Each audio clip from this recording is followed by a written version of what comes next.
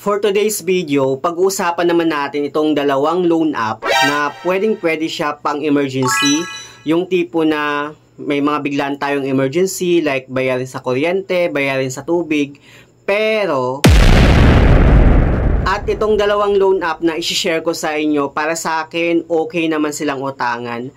Bukod sa buo mong ma-receive yung loan amount mo sa kanila, hindi rin sila kagaya ng ibang mga loan app na malaki yung kaltas tapos 7 days repayment lang. Kaya naman kung interesado ka dito sa ating panibagong topic ngayon, keep on watching.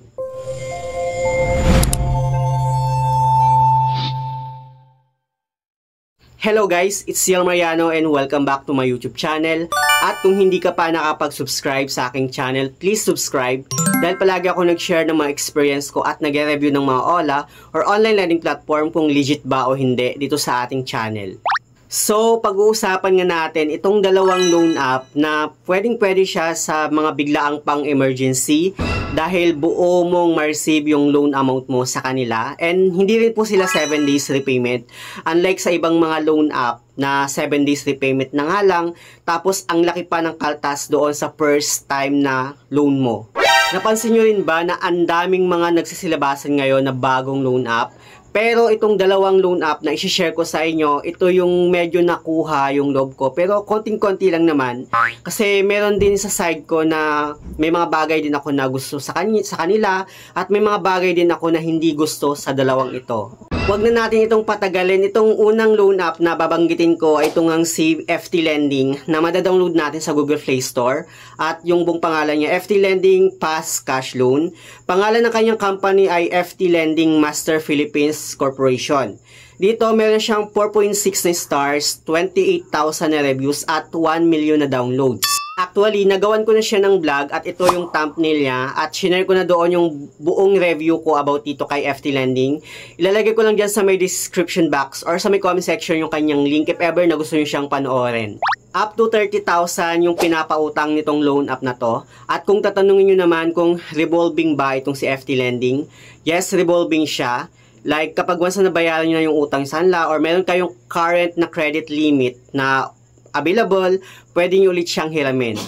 Magpo-provide lang tayo ng ating cellphone number na gagamitin sa kanilang application at pipilapan lang natin yung ating personal information sa kanya.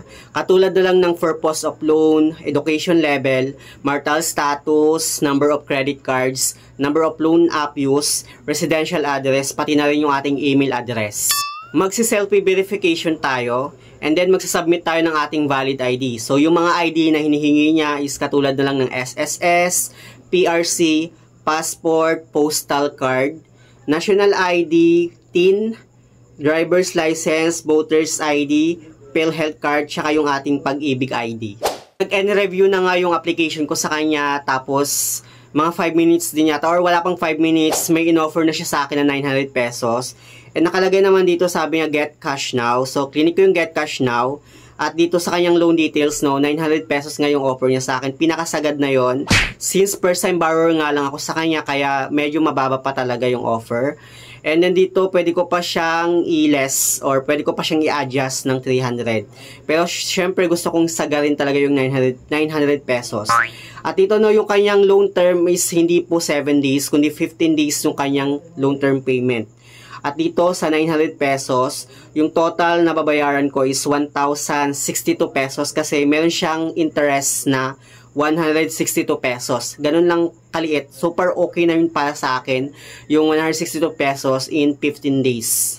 So, ginrab ko nga yung 900 pesos na offer niya sa akin and then nag-selfie verification ulit ako para ma-verify niya na ako talaga yung umuutang sa kanyang application. And then, naghintay na naman ako ng ilang minutes. Nag-assessing siya. And mga wala pa yatang 5 minutes, nagulat na lang ako na naka-receive ako ng 900 pesos sa GCash ko. And based on my experience ito kay FT Lending, okay naman siya kasi buo kong na-receive yung loan amount ko sa kanya. Yun nga lang, after 15 days, actually, siguro ito yung mali ko sa kanya kasi wala pang 15 days, like, parang nag-advance payment ako sa kanya ng isang araw. And then pagkabayad ko sa kanya kasi akala ko makakapag-reloan ulit ako sa kanya para matry ko kung pwede bang mag-advance payment sa kanya. Pero after ko mag-advance payment and then ni-reloan ko ulit yung loan, bigla na akong na-reject sa kanya. Tumaas naman ng 200 pesos yung credit limit ko dito kay FT Lending. From 900 naging 1,100 na yung offer niya sa akin. Yun nga lang pagka-reloan ko, na-disapprove na ako. So, hindi pala guaranteed na makakapag-renew ka or makakapag-reapply ka ulit ng loan mo sa kanya kasi submit for approval ulit siya. And then, kay FT Lending na lang kung ma-approve ka ulit or madi-disapprove. So, pagka-reloan ko dun sa second reloan ko, na-disapprove ako. And then, nag-try ulit ako sa pangatlong reloan, na-reject ulit ako sa kanya. So, medyo trader din pala itong loan app na to. But, for me guys, no, FT Lending is good for emergency. Kung hanap mo lang naman is yung mabilis lang naman na bayaran agad. Like sabi na natin na naghahanap ka ng mauutangan, tapos babayaran mo din agad ng mga after 1 week. Okay na okay itong si FT Lending para sa akin. At yung pangalawa naman natin guys, no, ay ito ngang si Mega Peso na madadownload lang din natin sa Google Play Store. At yung buong pangalan niya is Mega Peso Fast Cash Easy Loan. And yung pangalan ng kanyang company ay C Marge Financing Incorporated. Dito meron na siyang 4.8 na stars, 30,000 na reviews, and then meron na rin siyang 500,000 na downloads. Actually, nagawan ko na rin ng vlog itong si Mega Peso. Ayan yung kanyang thumbnail. Ilalagay ko lang dyan sa my screen. And ilalagay ko lang din yung link dyan sa my description box or sa my comment section. If ever na gusto nyo siyang panoorin. Kasi sinabi ko na dun sa vlog ko na yon yung buong review ko about nga dito kay Mega Peso. So, dito nga kay Mega Peso, up to 50,000 yung ino-offer niya. And as a first-time borrower, ino-offeran nga niya ako ng 2,000 since baguhan nga lang ako sa kanya. Siyempre, mag-start muna tayo sa mababang loan amount.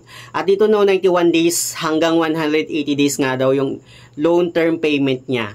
Mag-fill up tayo ng ating basic information sa kanya. Katulad na lang ng loan purpose, educational level, residential address, detailed address, total number of previous loans, number of active loans, any overdue loans in the last 6 months, total overdue amount, total overdue days, number of credit cards, saka yung ating email address. Sa kanyang ID information naman, yung mga valid ID na hinihingi niya is yung national ID, postal, SSS ID, UMID, passport, driver's license, voter's ID, the TIN card, Pag-ibig ID, PhilHealth ID, PRC, E-National ID, tsaka yung D-National ID. Magpe-facial verification lang din tayo, and then dito sa kanyang bank information, it's either e-wallet or bank account yung magiging disbursement channel natin. Sa kanyang contact information naman, bali humihingi lang siya ng 3 contact reference. And then after ko masubmit lahat ng information ko, dito may offer na siya sa akin na 2,000. Tsaka ko clinic yung apply now na hindi ko man lang chine-check yung kanyang loan details kasi hindi ko alam na dito pala makikita yung loan details niya sa may baba. Akala ko kasi pagka-click mo yung apply now, doon mo makikita yung loan details niya. So, after nun, nag-in process na at naghintay na lang ako ng result kung ma-approve ako or hindi. Then, wala pa yatang isang minute, nagulat na ako na naka-receive ako ng 2,000 sa GCash ko at galing nga dito kay Mega Peso. Yes, buo kong na-receive yung loan amount na offer sa akin ni Mega Peso. Yun nga lang, sobrang laki naman ng kanyang interest. Like, pumapatak ng 40% to 50% mga yan. And dito no, sa 2,000 nga na offer niya, bali yung interest niya is 853 pesos. Pero, so far, nung chinek ko nga yung pending repayment niya, dito, hindi siya payable hindi lang siya pang 15 days, kundi 1 month, dalawang 1 month. Dito yung first term ko nga is 15 days, sa second term naman is 1 month, and then sa third term naman niya is 1 month. So, okay na yun sa akin, para sa akin kasi medyo matagal na rin yun. Parang 2 months and 15 days mo siyang babayaran. So, medyo okay na rin yun. Yun nga lang talaga, medyo malaki talaga yung interest niya. Hoping, di ba, na sana mag-improve pa lalo itong si Mega Peso and magbaba pa sana yung kanyang interest. Para sa akin, considered na rin itong si Mega Peso as emergency dahil nga sa buo kong na-receive yung loan amount ko sa kanya, hindi rin siya 7 days na repayment, kundi 15 days and 2 months. And yun nga lang guys, no, advice ko lang sa inyo, para sa akin lang ha, isang beses lang kayong hihiram if ever na talagang emergency at kailangan nyo talaga ng pera. Pwede naman ito si Mega Peso. Pero kapag hindi nyo naman kailangan, huwag nyo ipilit kasi para sa akin, malaki pa rin talaga yung interest niya. Same lang din sila ni FT Lending na the more na mas malaki yung offer na igagrab nyo, the more na mas malaki yung interest na ipapatong nila. So, best advice lang din talaga na humiram lang kayo kapag kailangan nyo lang talaga. At ito na nga yung masasabi ko dito sa dalawang loan app na to. Para lang sa akin guys ha, okay na okay sila for one-time emergency kasi buo mong ma-receive yung loan amount mo sa kanila at hindi rin sila 7 days repayment. Yun nga lang, pagdating talaga sa interest, medyo tagilid lang talaga sila.